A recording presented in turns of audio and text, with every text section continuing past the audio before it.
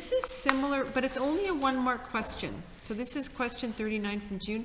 And it says, given the graph of f of x, state the equation of the vertical asymptote of 1 over f of x.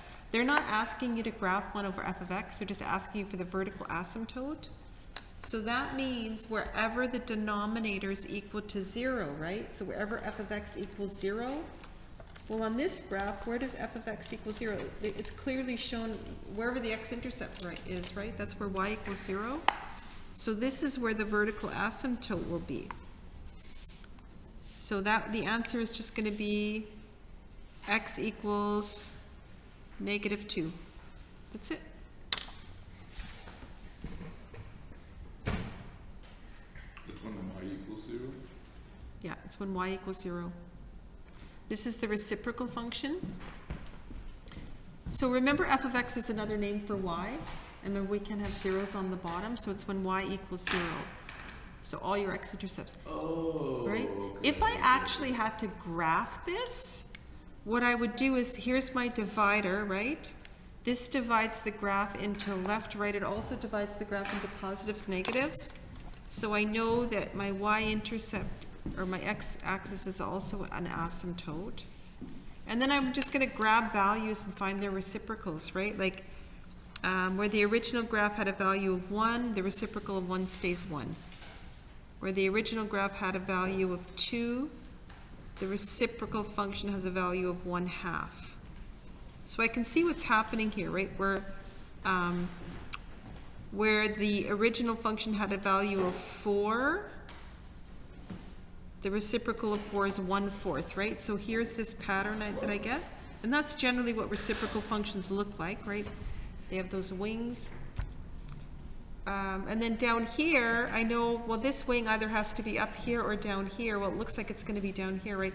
If the original graph was positive, the reciprocal graph stays positive.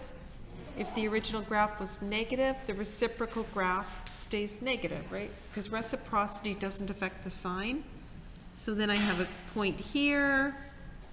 1, reciprocal of 1 stays 1. So it's kind of clear that this one's going to become like that.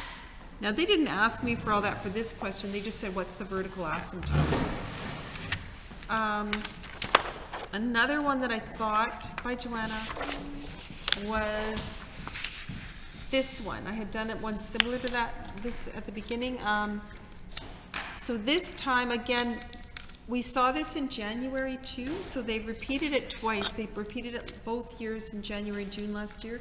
They gave you 2 functions on a graph. So the pictures of 2 functions, and they wanted you to sketch the graph of f of x and g of x. So adding these together. When I add 2 functions together, again, this means I'm just adding the y values, right? It says create a new function by adding the y values together. Okay, so x values stay the same. Now, the thing is, they want me to add both of these. F only starts here, right? So F starts here, so I can't go any further to the left than x equals negative. Do you know what I mean? Than this, does that make sense? Okay, so let's see. If I add this y value, -1, -2, -3, this is going to be -3, and this point will be, what will it be? 1, 2, 3, +3.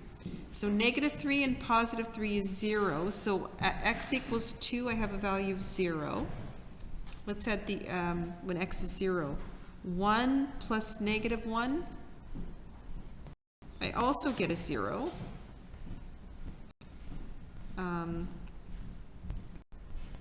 So that's interesting. What about at 1? I get a -1 plus a 0 is -1, so it's going to dip down like this, I guess. Okay, so far I have this. I'm not sure if it's a... And then let's do, so I've done x is -2, -1, x is 0. Let's do x at 1. 3 plus 1 is 4. 1, 2, 3, 4. And let's do this one. 3 plus 5 is 8. 1, 2, 3, 4, 5, 6, 7, 8. And that's about as far as I can go. I think it's probably a curve here, I'm not sure, but, and then it's just gonna go like this, I guess. Sorry. So you're just adding the y values.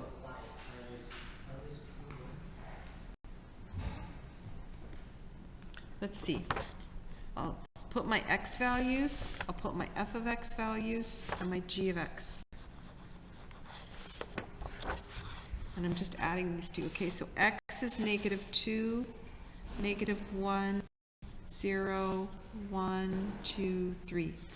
Okay, at f of x is -3, and then it goes -1, and then it goes 1, 3, 5, 1, 2, 3, and 4, 5, 6, 7. Okay, and then g of x is the parabola. So at -2, the parabola has a value of 3. At -1, the parabola has a value of 0. At 0, the parabola has a value of -1. At 1, the parabola has another value of 0. At 2, the parabola has a value of 3. And at 3, the parabola has a value of 7. Again. No, they don't. 1, 2, 3. I guess about right here, right? No. 1, 2, 3. Yeah, I don't really, it's hard to see. Maybe 8? Okay, it's hard to see that one. Okay, so I have to add these two together, and I get 0. -1. 0. 3, 8, 15. So basically, I'm plotting the points -2 and 0, -1 and -1, 0 and 0, 1 and 3. Oh, I'm a little off there, sorry. Went too high. 1 and 1, 2, 3. 2 and 8. And that's as far as I can go. So you could either make a chart or just eyeball it.